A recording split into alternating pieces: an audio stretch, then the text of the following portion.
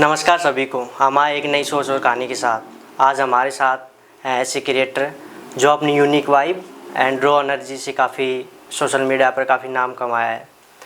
So welcome one and only Parveen ma'am, and जो miss शहरी नाम से भी जानते हैं जिन्हें आप। शहरी मैम सिर्फ रैप नहीं करती बल्कि अपनी वर्ड्स से स्टोरियाँ कन्वे करती है एंड स्टूडेंट्स को गाइड करती है, मोटिवेट करती हैं। चलो जानते हैं मैम की होल लाइफ की स्ट्रगल्स के बारे में एंड मोटिवेशन के बारे में। And so stay tuned till the end because ये पॉडकास्ट रो एंड रियल होने वाला है। थैंक यू मैम, आप हमारे पॉडकास्ट में आए एंड स्टूडेंट्स के लिए टाइम निकाला कुछ नए आइडिया देने के लिए एंड मोटिवेट करने के लिए। Thank you so much for calling me. It has honestly been a privilege to be here. Thank you so much for the opportunity. Ma'am आप अपने आप के बारे में स्टूडेंट्स को अगर कुछ यूनिक बता सकते हैं तो आप बता सकते।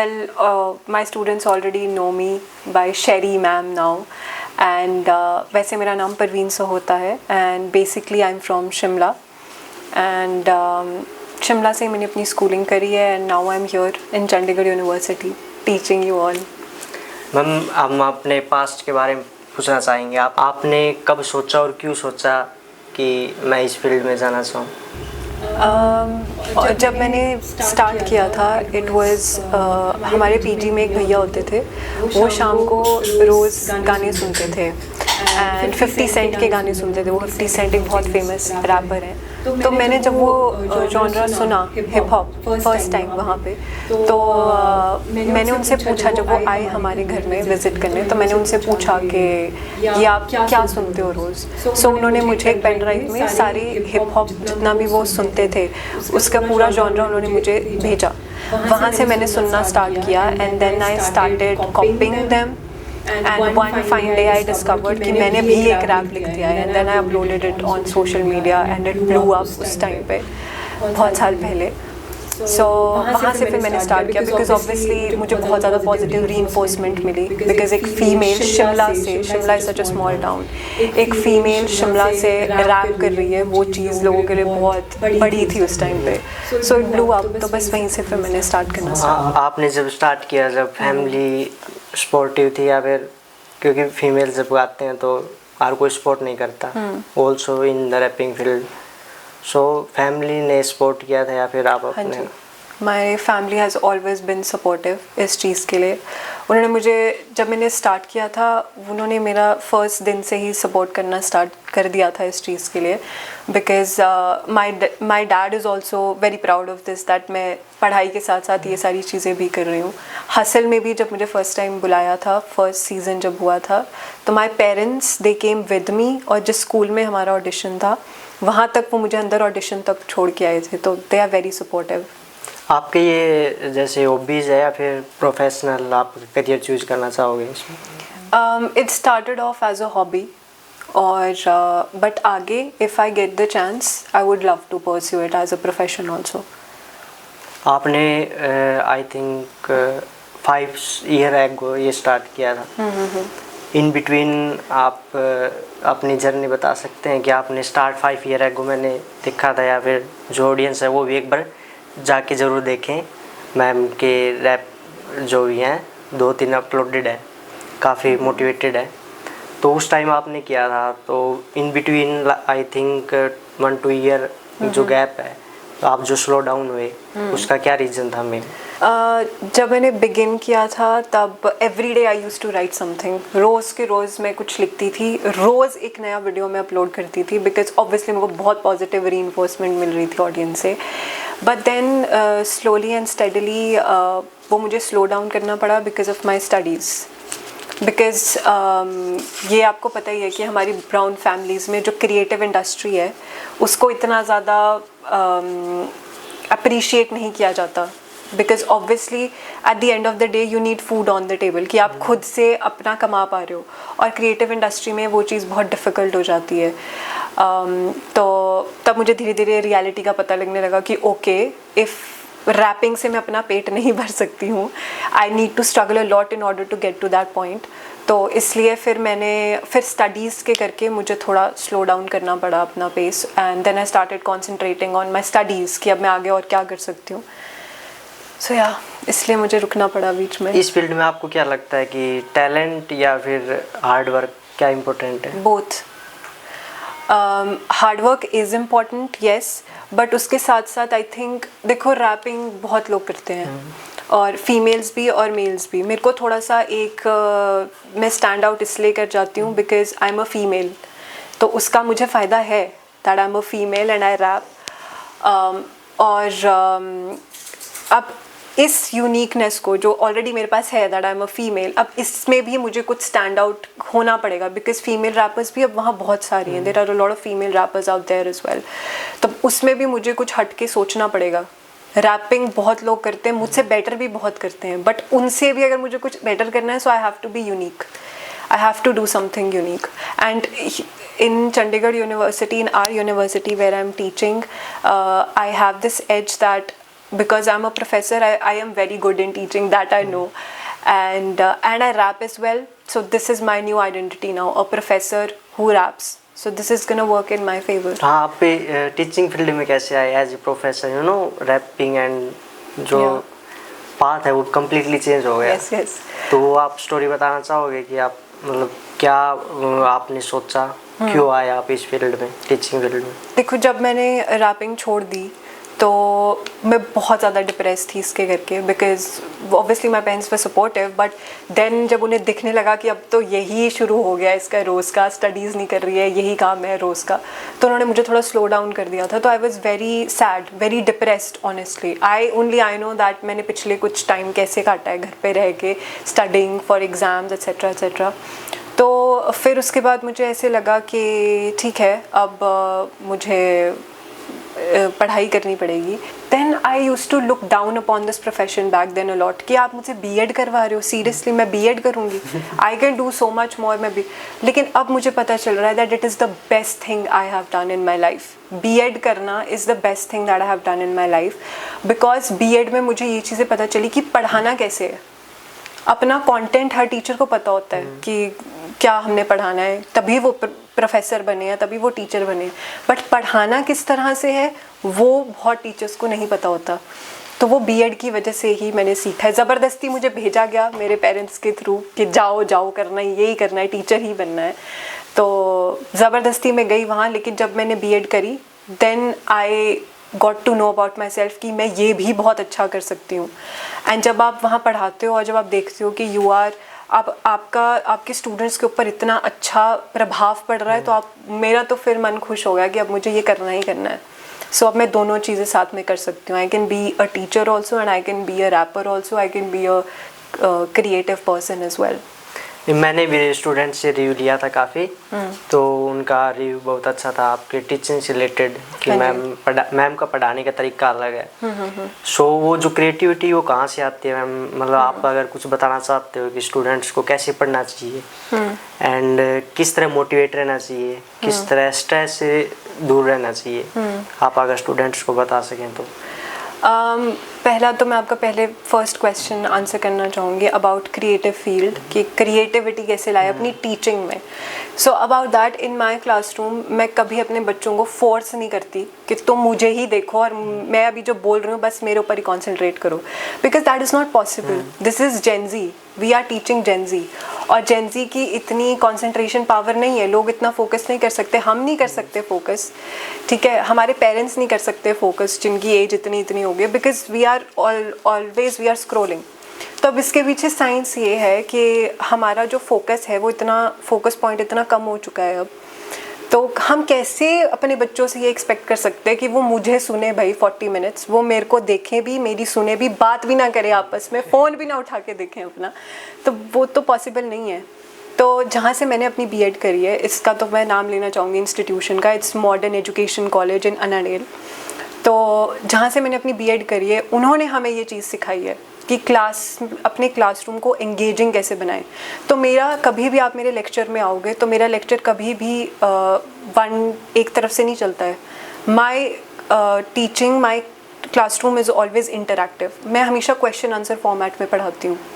आई विल आस्क क्वेश्चंस, मेरे स्टूडेंट्स आंसर करेंगे और उसी क्वेश्चन आंसर मेथड में से जो मुझे पढ़ाना है वो बच्चे मेरे को खुद ही बताते हैं, फिर मैं उनको कभी टीच नहीं करती हूँ। तो स्किल इसके पीछे ये है कि आप अपने बच्चों को कंटेंट तक कैसे लेके आएँ जो आप पढ़ा रहे हो। इट्स नॉट अबाउट लेक्चरिंग, मेरे को तो पता ही है कि मुझे क्या पढ़ाना है, बट अगर मेरे बच्चे खुद ही मुझे वो चीज़ बताएं, मैं उनको खुद ही क्वेश्चन आंसर के थ्रू उस कंटेंट तक पहुंचा दूं, तो उससे अच्छी बात और क्या हो सकती है। नहीं, क्लास में काफ़ी नेगेटिव जो स्टूडेंट्स होते हैं वो भी होते हैं, उनको कैसे हैंडल करते हो? वही चीज़ है, मैं देखो मेरा जो टीचिंग का मैंने एक टीचिंग की डायरी लगा रखी है। हमें बीएड में ये चीज़ सिखाई गई थी कि आप एक टीचिंग डायरी रखो। मुझे नहीं लगता कि कोई करता होगा अभी ये चीज़, but I do it. I have a teacher's diary.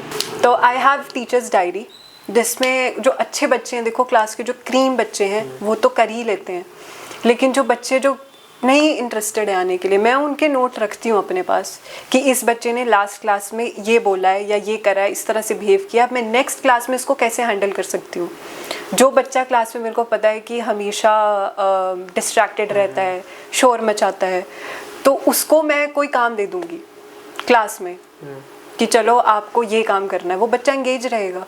तो कैसे मेरी क्लास में फोकस नहीं रहेगा अगली बार से। उसको आप पॉजिटिव रीइंफोर्समेंट दो, उसने कोई अच्छा काम किया उसको पॉजिटिव रीइंफोर्समेंट दो, वो बच्चा खुद आपकी क्लास में आएगा अगली बार कि यार ये मैम मेरी तारीफ़ करती है, ये मैम मुझे पूछती है इनकी क्लास में तो मैं पक्का जाऊँगा। तो ऐसी ऐसी कुछ ट्रिक्स हैं छोटी मोटी जो मैंने बीएड में सीखी, जिसकी वजह से आई थिंक कि teachers, my students love me and they want to be in my class more.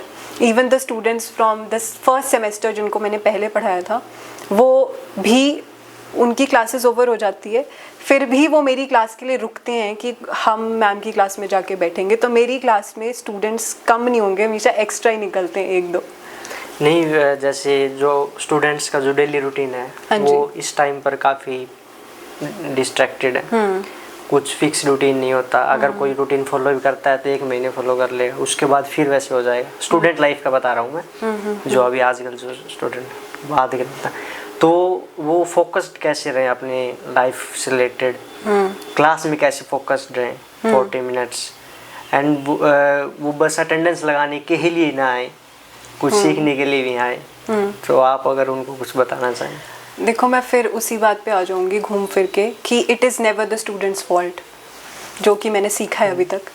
It is always the teachers fault, क्योंकि बच्चे हैं, बच्चे तो बच्चों की तरह बिहेव करेंगे, लेकिन ये हमारे ऊपर डिपेंड है, ये हमारे ऊपर डिपेंड है एज टीचर्स कि हम अपने आप को, अपने लेसन को इतना इंटरेस्टिंग कैसे बनाएं कि बच्चे खुद आपकी क्लास में आना चाहें। बच्चे क्यों आएंगे पढ़ने, उनको पहले तो ये बताना पड़ेगा कि why is there a need to be in this lesson. Need क्या है मुझे इस टीचर की क्लास में बैठने की या ये पढ़ने की जो मुझे पढ़ाया जा रहा है। तो जब तक उन्हें नीड नहीं महसूस होगी ना उस लेसन की, तब तक वो आएंगे ही नहीं। तो सबसे पहले मैं हमेशा अपने लेसन स्टार्ट करने से पहले बच्चों को ये बताती हूँ कि आज का लेसन तुम्हारे लिए क्यों इम्पोर्टेंट है। इट्स इम्पॉर्टेंट कि आप उस लेसन को अब उस बच्चे की रियल लाइफ के साथ रिलेट करवाएं, ताकि वो इंटरेस्टेड हो कि यार ये चीज़ मेरे काम की है, ये मेरे को डेली लाइफ में काम आ सकती है, ये चीज़ मैं सुनना चाहूँगा। So this is how I do it. And हम आपके रैपिंग फील्ड से बात करेंगे। जो आपकी रैपिंग, जो आप रैप करती हैं, क्या वो आपको मेंटल थेरेपी के तरह फील करवाती हैं? Yes, it is a therapy for me. सभी के कुछ ना कुछ हॉबी होनी चाहिए जो उनको मेंटली पीस दे या फिर मोटिवेट रखे। एंड जो स्टूडेंट्स का भी, जो आपने अभी बताया था कि जो स्ट्रेस, आप जो कुछ सालों से स्ट्रेस थी, आप अगर कंफर्टेबल हो तो बता सकते हैं इन बिटवीन कितने सालों तक आप स्ट्रेस थी, या फिर कितने दिन तक या कितने महीने तक? It has been 2-3 years। 2-3 years? 2-3 years जब से मैंने रैपिंग छोड़ी है, because my real identity is a person who's very creative. I love to paint, I dance, I write also, I cook also, gardening वगैरह, मतलब सब कुछ creative field से related, I do everything. So I was quite depressed, but slowly and steadily मैंने और चीज़ों के बारे में जानना स्टार्ट किया, जैसे कि meditation हो गई, योगा हो गया। तो ये सारी जितनी भी चीज़ें, इन चीज़ों ने मुझे ट्रैक पे रखा। I swear meditation is the best therapy. Best therapy. आपने स्ट्रेस की वजह से 2-3 साल आप साथ बोल कहते हो कि वेस्ट हो गए या फिर? नहीं, बिल्कुल वेस्ट नहीं हुए। वो जो पीरियड था मेरी लाइफ का वो होना ही चाहिए था। उस चीज़ की वजह से मैंने और बहुत सारी चीज़ें सीखी, अपने बारे में जाना। जैसे कि उस डिप्रेशन से जूझने के लिए मैंने ऑनलाइन जाके देखा कि मैं क्या कर सकती हूँ अब इस पीरियड से बाहर आने के लिए। Because I am a fighter, I never sit and cry कि अब ये हो गया मेरे साथ, अब मैं क्या करूँ। तो मैंने सर्च किया कि मैं क्या करूँ। तब मेरे को इन चीज़ों के बारे में पता चला कि मैं जर्नलिंग कर सकती हूँ। मैं जर्नल करती हूँ रोज़ सोने से पहले, उठती हूँ जब तब मैं जर्नल करती हूँ। तो जर्नलिंग हो गया एंड मेडिटेशन हो गया, योगा हो गया। इन चीज़ जब ये जो 2-3 साल का पीरियड था उसमें मैंने ये सब चीज़ों के बारे में जाना। मैं धार्मिक हो गई थी बहुत ज़्यादा। मैं सुबह उठ रही हूँ, मैं बाहर, मेरे पेरेंट्स उठ रहे हैं, मैं बाहर बैठी हूँ धूप में और मैं मेडिटेशन कर रही हूँ। मेरे पेरेंट्स कुछ टाइम के लिए तो ऐसे हो गए थे कि भाई ये इसको क्या हो गया, ये कहीं साध्वी ना बन जाए कहीं। एक्टिव होता है। हाँ जी, तो मेडिटेशन हाँ हो जी, गया एंड जो आप बता रहे थे ओम का उच्चारण हो गया, ये काफ़ी बेनिफिट होता है। अगर एक बार ट्राई करना चाहो तो ट्राई करके देख सकते हो आप। यस, ये बहुत ही काम की चीज़ है। मैं भी सजेस्ट करूँगा, मैं भी काफ़ी बार करता हूँ। जब लो फील करते हो या फिर कभी पता ना लगे ना कि अब लाइफ में क्या करें, या फिर कुछ बिल्कुल ब्लैंक हो जाओ ना, तब ये चीज़ ट्राई करके देखना, कुछ ना कुछ तो निकल के आएगा, पता लगेगा क्या करना है क्या नहीं करना। यस, डिप्रेशन के पीरियड में जितना आप अपने साथ रहोगे रादर दैन ऑब्वियसली ये तो एक पॉइंट है ही कि जब आप डिप्रेस्ड हो आप अपने फ्रेंड्स से बात करो, आप अपनी सोसाइटी में और लोगों के पास जाओ, बट हमेशा the answer is with in you. जो भी आंसर्स हैं ना वो सारे आपके पास ही हैं कि मैं डिप्रेशन से कैसे निकल सकता हूँ, वो आपको पता है। तो उस आंसर तक जाने के लिए तब मैंने वो अपना जर्नलिंग करना स्टार्ट किया, लिखना स्टार्ट किया कि मेरा दिन कैसे गया, डायरी लिखनी स्टार्ट करी। तो आंसर्स मुझे खुद अपने पास ही मिल गए सारे। वो जो स्ट्रेस का था वो उसके सबसे मेन रीज़न क्या था उसका? यही आइडेंटिटी क्राइसिस हो गया था लिटरली मुझे कि एम आई अ टीचर और एम आई अ रैपर, मैं हु एम आई। तो उन 3 सालों में मैंने उस चीज़ के ऊपर काम किया कि मैंने अपनी आइडेंटिटी बनाई उस टाइम पे। मुझे ऐसे लगता है कि हमारे इंडियन एजुकेशन सिस्टम में ना हमें आइडेंटिटी बनाने का टाइम नहीं मिलता कि मैं हूँ कौन। अभी मेरे को पता भी नहीं है कि मैं हूँ कौन, और मेरे सर के ऊपर एक इतना बड़ा डिसीजन है कि अब कौन सा फील्ड चूज़ करूँ 11th में। मैं कैसे डिसाइड कर लूँगी, मैं तो अभी बच्ची हूँ, मैं कैसे डिसाइड करूँ इन चीज़ों के बारे में। तो मेरे हिसाब से एजुकेशन सिस्टम में पहले आइडेंटिटी बनानी आनी चाहिए बच्चे को। ये जो एजुकेशन है अबाउट सेल्फ हेल्प कि मेरी आइडेंटिटी क्या है, मैं कौन हूँ, मेरे लाइक्स क्या हैं, मेरे डिसलाइक्स क्या हैं, ये चीज़ें पहले इंसान को पता होनी चाहिए, तब वो अपना करियर डिसाइड करेगा ना। डिस्ट्रैक्ट नहीं होगा, आपने एक सब्जेक्ट और ऐड होना चाहिए। आपने अपने रैप के अंदर किसी की रियल लाइफ स्ट्रगल्स को बताया है? अब उसमें तो सारे मेरे ही स्ट्रगल्स है। आप अपने स्ट्रगल्स बताएं। मेरे स्ट्रगल्स जो मेरा स्कूल लाइफ था उसमें I have been very lonely. I was अ, पहली बात तो ये कि आई वाज अ टॉम बॉय मतलब कि वो जो, जैसे आपने वो मूवी देखी होगी ना शाहरुख खान की और उसकी कभी खुशी कभी गम है वो, जिसमें अंजलि होती है, टीना अंजलि। कौन सी मूवी है वो? मूवी नहीं देखते क्या? टीना और अंजलि होती है जिसमें क्या नाम है उस मूवी का? यार शाहरुख खान की इतनी फेमस मूवी है जिसमें टीना और अंजलि होती है, वो बास्केटबॉल के कुछ होता है। हाँ। तो वो कैरेक्टर जैसे कुछ होता है में हमारी टीना थी, ब्लंट कट। तो मैं उस टाइम पे वैसी थी, I was a tomboy, और मैं ऑल गर्ल्स स्कूल से पढ़ी हूँ। I have studied from Loreto Convent Tara Hall School Shimla. तो it was an all girls school, और मैं थी सबसे हटके, सबसे लड़ाई करनी, क्योंकि I was a tomboy. और ऐसे पीछे पूरे अपनी ये पीछे करके टाई कहीं पहुँच रही है, और that was a kind of a student I was. मेरी किसी के साथ बनती नहीं थी। I always used to be lonely. तो मैंने उस चीज़, जो मैंने पहला अपना रैप डाला था, जो मेरा ऑफिशियल रैप है नब्ज़े गरम, go and check it out on my channel. तो वो जो मैंने पहला रैप डाला था उसमें मैंने इन्हीं चीज़ों के बारे में लिखा था। That my maths teacher she used to, बहुत थप्पड़ खाए हैं मैंने उनसे, तो उनके बारे में मैंने उसमें लिखा है कि स्कूल मेरे लिए वाज हेल, बैक देन। बहुत it was a hello for me. मेरे को स्कूल जाना ऐसे लगता था कि क्यों जा रही हूँ मैं वहाँ पे, क्या पढ़ूंगी मैं वहाँ जाके, मेरे को नहीं जाना है स्कूल। तो मैंने उन चीज़ों के बारे में लिखा है दैट मैं बाथरूम में जाके रोती थी, मेरे कोई दोस्त नहीं थे, अब मैं खाना खा रही हूँ तो मैं अकेले खा रही हूँ। तो उस वक्त तो my school was very depressing for me. तो उन चीज़ों के बारे में मैंने लिखा है कि अब now nobody can do that to me because I have worked to be the person I am now. And आपने मतलब यूनिवर्सिटी में भी एज ए प्रोफेसर आपने फर्स्ट टाइम माइक पकड़ा था, रैप जी, गाया था। हाँ जी। वो उस टाइम आपकी फीलिंग कैसी थी? एंड ऑडियंस तो शॉक हो गई होगी।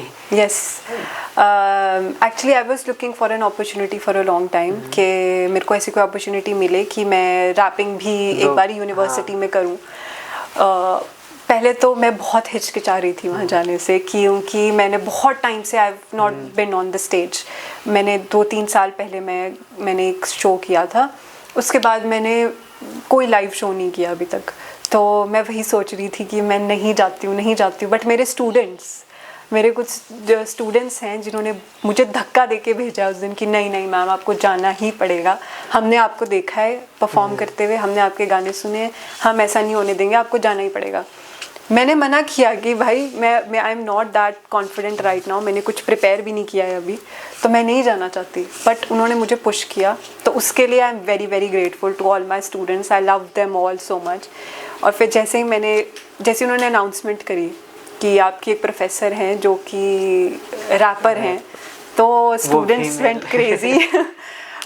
तो वो फीलिंग बहुत अच्छी थी। एंड मैंने कुछ प्रिपेयर नहीं किया था, मैंने जाते जाते जब वो मुझे भेज रहे थे, बस मैंने जाते जाते सोचा कि चलो मैं ये वाला रैप कर दूँगी। फिर ऑन द स्पॉट मैंने वो रैप किया एंड इट वेंट वायरल। वो आपने कभी इन द पास्ट किसी बड़े प्लेटफॉर्म पर ट्राई क्यों नहीं किया?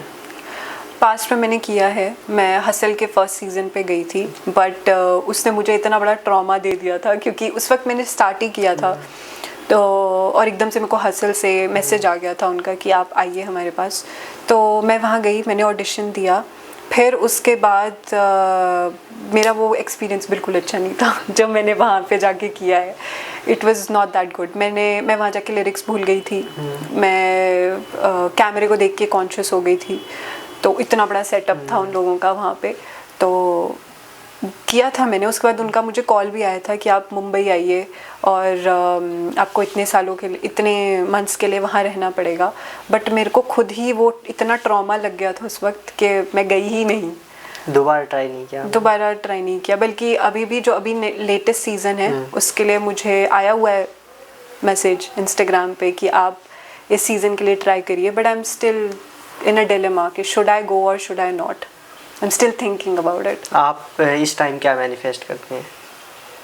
अरे अभी मैं इंस्टाग्राम पे मैनिफेस्टेशन की बात कर रही थी कि actually I am a believer of manifestation, vision boards, इन सब चीज़ों पे मैं बहुत विश्वास करती हूँ। तो मैं हर साल के शुरू होने से पहले मैं एक विजन बोर्ड बनाती हूँ। हर 31 दिसंबर को मेरे वॉल पे एक नया विजन बोर्ड होता है अगले साल का। तो इस बार के विजन बोर्ड पे मैंने ये सारी चीज़ें लगाई हुई हैं। मैं अभी कल ही अपनी स्टोरी पे ये बातें कर रही थी। जो मेरा वीडियो वायरल गया, आई हैव मैनिफेस्टेड इट।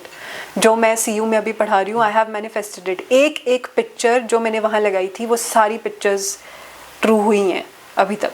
मेरा हालांकि जो वीडियो वायरल हुआ है वो भी मैंने लिखा हुआ है अपने विजन बोर्ड पे, आप मेरे से पिक्चर ले लेना, यू कैन शो इट। तो कि my video going viral, this setup is literally on my vision board, so all of it is coming true. Manifestation सही होता है, मैं डाउट करता था भाई। इसके पीछे साइंस है एक्चुअली, मैनिफेस्टेशन के पीछे साइंस है। People think that it is superstition, but it is not superstition. Manifestation is true. देखो ऐसा होता है कि अब जब आप विजन बोर्ड बनाते हो, आप उस पर पिक्चर्स लगाते हो कि ये मेरे गोल्स हैं और ये सब मैंने करना है इस साल में, और ये मैंने पिक्चर्स लगा दी। अब क्या होता है, जब आप सुबह उठते हो आप उन चीज़ों को देखते हो। जब आप सुबह उठते हो तो आपका जो सबकॉन्शियस माइंड है वो खुला होता है। This is science. Subconscious mind आपका उस वक्त बहुत एक्टिव होता है। तो जब आप उन पिक्चर्स को देख रहे हो और आप अपने आप को उस सेटअप में विजुअलाइज कर रहे हो, तो आपके सबकॉन्शियस माइंड में ना वो इमेजेस जा रही हैं। आपका सबकॉन्शियस माइंड वो चीज़ों को फील कर रहा है उस वक्त कि okay I am sitting in a podcast, this is happening right now. ये मैंने रोज़ सुबह उठ के विजुअलाइज़ किया और ये ट्रू हो गया आज। तो फिर क्या होता है कि आपका जो हमेशा माइंड है ना, वो हमेशा सबकॉन्शियस माइंड जो आपका है वो आपको हमेशा कंट्रोल कर रहा होता है।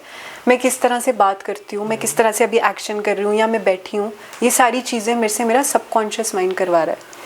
तो अब जब मेरे सबकॉन्शियस माइंड में ये फीलिंग चली गई है कि मेरे को पॉडकास्ट में जाना है या मेरे को माइक लेके परफॉर्म करना है, तो मेरा माइंड हमेशा अपॉर्चुनिटीज़ ग्रैब करता रहेगा, सोचता रहेगा कि अब कौन सी अपॉर्चुनिटी आ रही है ऐसी कि मैं परफॉर्म करूं अभी, क्योंकि सबकॉन्शियस माइंड में ये है कि मुझको वायरल जाना है, तो मेरे को अपॉर्चुनिटी चाहिए अभी सामने, कौन सी अपॉर्चुनिटी है मेरे। अभी कल परसों भी एक और वीडियो जो चंडीगढ़ यूनिवर्सिटी के पेज पे डला है, जहाँ पे मैं बच्चों के साथ बैठी हुई हूँ, अगर आपने देखा होगा पता नहीं तो वो वीडियो भी वैसे ही था। मैं तो MST हो रहे हैं अभी, आपको पता है अभी कल परसों ख़त्म हुए हैं, तो बच्चे मेरे पास आए कि मैम हमने कुछ नहीं पढ़ा है। वो मेरे सेक्शन के बच्चे नहीं है, वो और किसी सेक्शन के बच्चे, वो आए मेरे पास कि मैम प्लीज़ पढ़ा दो, हमने कुछ नहीं पढ़ा है MST का। मैं कहा चलो हम लास्ट मिनट रिविज़न कर लेते हैं। तो मैं उनको पढ़ा रही थी।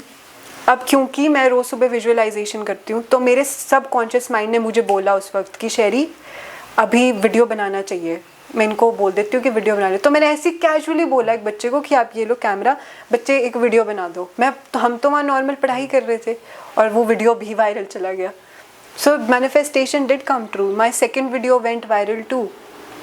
तो that is how it works, it was all science. वो तो अब जब मैं उस पर इतना एफर्ट डाल रही हूँ, वीडियो शूट कर रही हूँ, तो एफर्ट्स का रिजल्ट तो मिलेगा ही ना फिर। So this is how it works. अब मैं रोज़ उस पर देख रही हूँ कि मेरे विजन बोर्ड पे लगा हुआ है कि मैं शुगर नहीं खाऊंगी, मैं जंक फूड नहीं खाऊंगी, तो अगर मेरे सामने कोई लेके आ जाएगा वो चीज़, तो मेरे मुंह से ना ही निकलेगा, क्योंकि मैं रोज़ वो चीज़ सबकॉन्शियसली मैनिफेस्ट कर रही हूँ। So this is how it works and it is very true. आप सभी को अभी से मैनिफेस्टेशन स्टार्ट करो भाई। यस। आप ड्रीम कोलैब किसके साथ करना चाहोगे आप? Drake. I would love to collab with Drake. Why? His music is very inspirational. उनका मैंने एक इंटरव्यू भी देखा था अबाउट मैनिफेस्टेशन ओनली, जिसमें वो ये बता रहे थे कि जब वो इतने ऐसे नहीं थे जैसे वो अभी हैं, तो वो भी अपने अंकल की गाड़ी लेके रोज़ शाम को अपने एरिया के बहुत पॉश इलाके में, जहाँ बहुत अमीर लोग रहते हैं, अपने अंकल की गाड़ी लेके, जो भी बहुत लग्जूरियस कार थी, उसको लेके कहते कि मैं चले जाता था राइड पे, और मैं अपने आप को उस जगह में, उस अमीर ज़ादों की जगह में जब मैं घूम रहा होता था वो कार लेके, तो मैं ऐसे सोचता था कि ये मेरी ही जगह है, मेरा भी घर यहीं है, ये गाड़ी भी मेरी है। तो जब आप अपने आप को वैसे लोगों के साथ, वैसे इन्वायरमेंट में जब आप अपने आप को ढालोगे, तो आप भी उसी रास्ते पे चलना स्टार्ट कर दोगे। तो मुझे ड्रेक की वो बात इतनी ज़्यादा दिमाग में लग गई, that is he says that उसने भी जो भी उनके पास अभी है, उन्होंने वो सारी चीज़ें मैनिफेस्ट करी हैं। और मैनिफेस्टेशन का है ये पार्ट जो मैं आपको बता रही हूँ अभी, कि वो रोज़ रात को अपने अंकल की कार लेके चले जाते थे, so that they can feel like the rich man he wants to be. So I also do the same thing. तो that's why I love Drake, I love his music. And जो आपके rap करते हैं उनकी lyrics कहाँ से आती है? Personal life, struggles? Personal life, मेरे मोस्ट ऑफ द लिरिक्स सारे पर्सनल लाइफ से रिलेटेड हैं। हाँ, जब मुझे कोई ऐसे कोई प्रोजेक्ट दे दे कि आपने जैसे अभी 2-3 कोलैबोरेशंस आई हैं, तो अगर वो मेरे को कोई जॉनर ऐसा दे दें लिखने के लिए जो मेरे साथ रियल लाइफ में नहीं हुआ है, तो मुझे उस जोन में जाने के लिए मेरे को थोड़ी सी मुश्किल आती है, क्योंकि वो मेरे साथ रियल फर्स्ट हैंड एक्सपीरियंस नहीं हुआ है, तो it is difficult for me to write it. तो मैं उस जोन में जाने के लिए मैं वैसे गाने सुनती हूँ थोड़ी देर, जैसे अगर मेरे को आपने 4 ईयर एगो एक रैप के अंदर कहा था कि मैं अगले 2 साल में अपने आप को इतना अपग्रेड कर लूँगा, आप मेरे से ऑटोग्राफ लेंगे जैसे जो। तो आपने क्या क्या अचीव किया, क्या क्या अपग्रेडेशन की, अपग्रेड किया अपने आप को, बता सकते हैं? अबाउट द ऑटोग्राफ थिंग, ये चीज़ तो मैंने तभी मैनिफेस्ट कर ली थी। I was there on a show, Nick हमारे एक रैपर है यहीं के चंडीगढ़ के, उन्हीं का शो था और it went very good for me.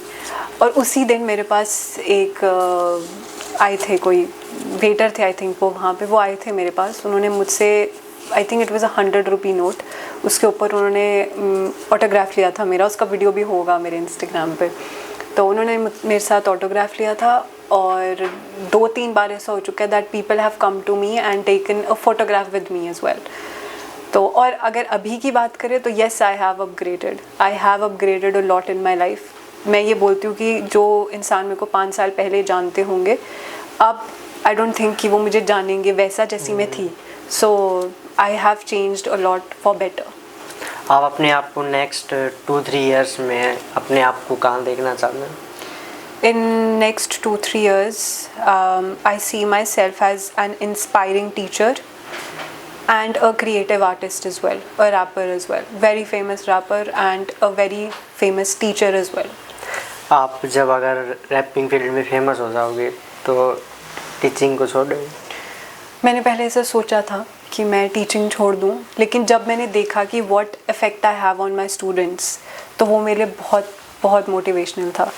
तो अब मेरा तो इमोशन ही जुड़ गया है अब मेरे स्टूडेंट्स के साथ, तो मेरे को नहीं लगता कि मैं कभी छोड़ सकती हूँ इस चीज़ को। वैसे ये पॉसिबल तो नहीं है ना कि अगर कोई रैपर फेमस होने के बाद टीचिंग करे, ऐसा पॉसिबल नहीं हो सकता?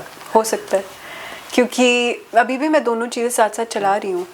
हाँ, मतलब तो एट दिस लेवल पर आप पहुँच जाओगे तो आप अगर यूनिवर्सिटी में पढ़ाने जा रहे हो तो काफ़ी भीड़ इकट्ठा हो जाएंगी, वही फिर आप अपने उस फील्ड में जाना चाहोगे। तब मेरे हिसाब से अगर इतने हद तक वो पहुँचे गए, वो मुझे पता है, I believe in this, but अगर ऐसा हो भी जाता है, still I will always love to be, मैं टीच अगर करना चाहूँ मैं ऑनलाइन भी टीच कर सकती हूँ। मैं ये ज़रूर मैं ये करना चाहूँगी फ्यूचर में कि मैं बाकी टीचर्स को भी ये बता सकूँ कि टीच कैसे करना है, क्योंकि मुझे लगता है कि this is one thing which a lot of teachers need to know. तो ये चीज़ तो मैं फ्यूचर में करना ही चाहूँगी 100%। नहीं, आप अभी बता सकते हैं कि टीच कैसे करना चाहिए? नहीं, वो वैसे तो बहुत मेरे से बेटर टीचर्स भी हैं, ऐसा नहीं है, मैं ऐसा नहीं बोल रही, ओवरव्यू देने के लिए बता रहा हूं। बट एक ओवरव्यू देने के लिए मैं ये कहना चाहूँगी कि हमेशा हमें ये देखना चाहिए कि क्लास को इंटरैक्टिव कैसे बनाया जाए, कि मेरे कंटेंट को मैं बच्चों से क्वेश्चन आंसर के फॉर्म में कैसे निकलवा सकती हूँ। और टीचर्स को और भी बहुत सारे काम होते हैं, ये भी है एक बात कि उसके टीचिंग के साथ साथ also there are a lot of things which we need to do.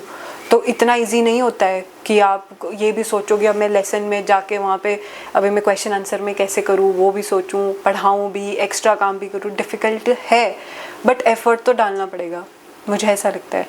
तो make your lessons more interactive and keep a teacher's diary to keep a note of each and every student. या फिर जो student आपको लग रहा है कि इसको ज़रूरत है ज़्यादा मेरी हेल्प की ज़रूरत है, तो उसका तो पक्का आप अपने पास हर क्लास में नोट बना के रखिए कि इस बच्चे को इस चीज़ की ज़रूरत है, अगली क्लास में मैं इसको इस तरह से टैकल करूँगी। ऐसा कोई स्टूडेंट है जो आपने उसके जो लाइफस्टाइल हो चेंज की हो, माइंडसेट चेंज किया? यस। क्योंकि माइंडसेट इतनी इजीली चेंज नहीं होता। अगर स्टूडेंट्स को चेंज करना चाहें तो वही एक टीचिंग है कि हम उनको कैसे चेंज कर सकते हैं, उनको उसके बारे में जानने के बाद। तो ऐसा कोई आपके बिहाइंड द स्टोरी कोई ऐसी कोई स्टोरी है? हैं, बहुत सारे स्टूडेंट्स हैं जो मेरे को मैसेज करते हैं इस चीज़ के लिए, क्योंकि आई एम अ कम्युनिकेशन टीचर। तो कम्युनिकेशन की क्लास बड़ी मोनोटनस हो जाती है कि एक टॉपिक दिया, फिर बच्चे उसको लर्न करेंगे, फिर आके बोलेंगे। बट मैं अपनी क्लास में फोकस तो इसी चीज़ पे होता है कि वो इस चीज़ को बोले, लेकिन मैं अपनी फ़र्स्ट क्लास में हमेशा बच्चों को how to be confident, how to upgrade yourself in life, उन चीज़ों पे मैं ज़्यादा फोकस रखती हूँ। तो 5-6 बच्चे ऐसे हैं जिन्होंने मेरी क्लास में आके अपने आप को अपग्रेड किया है उस तरह से कि मेरे पास आके अपने साथ अपनी पूरी पर्सनल लाइफ शेयर करी है कि मैम हमें लाइफ में ऐसा फ़ील हो रहा है, हमें क्लास में आने का मन नहीं करता है, कॉलेज आने का मन नहीं करता है, क्लास में बच्चे हमारे साथ, क्योंकि इस एज में बच्चों में बहुत पीयर प्रेशर भी होता है और उनके और भी पर्सनल स्ट्रगल्स चल रहे होते हैं, अटेंडेंस का चक्कर चल रहा है, बहुत सारी चीज़ें एक साथ हो जाती हैं। तो मैं पर्सनल लेवल पे उनके साथ बैठ के एक बॉन्ड बनाने की कोशिश करती हूँ ताकि मैं उनको गाइड कर सकूँ। तो मेरे ऐसे बहुत सारे बच्चे हैं जो कि फर्स्ट डे जब आए क्लास में तो वो बिल्कुल भी बोल नहीं पाते थे, बट नाउ वो चुप ही नहीं होते हैं। ऐसे भी स्टूडेंट्स हैं। कम्युनिकेशन के लिए सबसे फर्स्ट चीज़ क्या होनी चाहिए स्टूडेंट्स के अंदर? सबसे मैं पहली चीज़ जो जाके क्लास में ये बोलती हूँ वो ये बोलती हूँ कि अपने आप को जानो, क्योंकि जब तक आप अपने आप को नहीं जानोगे ना, आपको डर लगेगा बात करने में। जब मेरे को पता है कि मैं इतने अच्छे से नहीं बोल पाती हूँ, अगर मुझे अपने बारे में पता होगा कि मैं क्यों नहीं बोल पाती हूँ, है ना, जब मेरे को अपनी आइडेंटिटी के बारे में क्लियर होगा तो मैं कैसे डरूंगी बात करने से। मैं हूँ जो हूँ, you should be okay with whoever you are and however you are. जब आप अपने आप में कॉन्फिडेंट हो और अपने आप को इतनी हद तक जानते हो कि यार ओके कि तुम मुझे जैसे तुम्हें मेरे को परसीव करना है कर लो भाई, मैं तो जैसी हूँ मैं तो वैसी ही हूँ। मैं अपने बच्चों के अंदर ये एटीट्यूड डालने की कोशिश करती हूँ। फिर क्योंकि देखो फियर, हम बात करने से क्यों डरते हैं, क्योंकि हमें फियर ऑफ जजमेंट होता है कि यार ये मेरे बारे में पता नहीं क्या सोचेगा अगर मैं इस तरह से बात करूँगी या करूँगा। तो मैं अपने बच्चों के अंदर पहला सीडी ये डालती हूँ कि हमें नहीं फ़र्क पड़ता। सेल्फ लव एंड अपनी सेल्फ एस्टीम बनाओ, सेल्फ लव बनाओ, कॉन्फिडेंट बनो, तभी होगा। नहीं तो ऐसे बार बार वो रट के आएंगे फिर बोलेंगे, फिर रट के आएंगे फिर बोलेंगे, वो नहीं है कोई तरीका। आप अगर एजुकेशन सिस्टम में आपको मौका मिले कोई एक चीज़ चेंज करने का, तो क्या चेंज करना चाहो? यही चीज़, मैं सेल्फ हेल्प की नॉलेज करिकुलम का पार्ट बनाना चाहूँगी कि बच्चों को बचपन से ही ये चीज़ बताई जाए कि अपनी आइडेंटिटी के पहले कैसे फॉर्म करनी है, सेल्फ एस्टीम कैसे अपनी बनानी है। जब तक वो नहीं बनेगी तब तक अंडर कॉन्फिडेंट ही रहेंगे बच्चे। स्टडी के अंदर जो बुक्स होती है वो इम्पोर्टेंट होती है या फिर जो वो पार्ट होता है टीचिंग का या फिर पढ़ने का वो इम्पोर्टेंट होता है? Both are equally important. Content तो है ही है ना। जैसे मैं अभी के कुछ रिसेंटली शायद सोशल मीडिया पर ही देख रहा था, कुछ इंटीग्रेशन टाइप में थे, तो किसी ने लिख रखा था कि किसी को याद है ये कुछ क्वेश्चन टाइप में कि वो अब आपका काम आ रहे हैं, किसी के काम नहीं आ रहे। हाँ, बस वो है कि उस टाइम प्रो स्किल इम्प्रूव करते हैं, क्योंकि सोचने का तरीका कितने क्रिएटिव हो सकते हैं, तो ये इम्प्रूव करने के लिए ज़्यादा यूज होते हैं। हाँ वो है, कुछ ऐसा सिलेबस है जो कि अननेसेसरी है, जो कि कट जाना चाहिए करिकुलम में से, सिलेबस में से, बट एडिशन की ज़्यादा ज़रूरत है। और ये भी ज़रूरत है कि आप वैसा कंटेंट पढ़ाएं जो कि बच्चे को रियल लाइफ में काम आए। वो ज़रूरत है अपग्रेड करने की। It is what it is. अगर कोई स्टूडेंट अभी इस रैपिंग फील्ड में जाना चाहे तो आप एक सबसे इम्पोर्टेंट एडवाइस क्या देना चाहोगे? अगर आप अभी यूनिवर्सिटी में पढ़ रहे हो, कॉलेज में पढ़ रहे हो, स्कूल में भी पढ़ रहे हो, तो आपके पास आसपास ना अपॉर्चुनिटी ही अपॉर्चुनिटी है। We should always be alert about opportunities, that's it. आप अगर इतने बढ़िया कॉलेज में पढ़ रहे हो, लाइक चंडीगढ़ यूनिवर्सिटी में भी अगर आप पढ़ रहे हो, तो आपके पास तो अपॉर्चुनिटीज़ ही बहुत है, क्योंकि आसपास फेस्ट चल रहे हैं, कभी कोई आ रहा है कभी कोई आ रहा है, फिर एक दिन कोई प्रोग्राम हो रहा है, दूसरे दिन कोई हो रहा है, तो अपॉर्चुनिटीज़ ही हैं। तो वहाँ पर जाओ। जितना आप अपने आप को एक्सपोज करोगे to new situations, new opportunities, उतना ही आपका अपग्रेड होगा। तो go out there and show up for yourself. कोई भी अगर प्रोग्राम आ रहा है, इवेंट आ रहा है, उसमें परफॉर्म करो।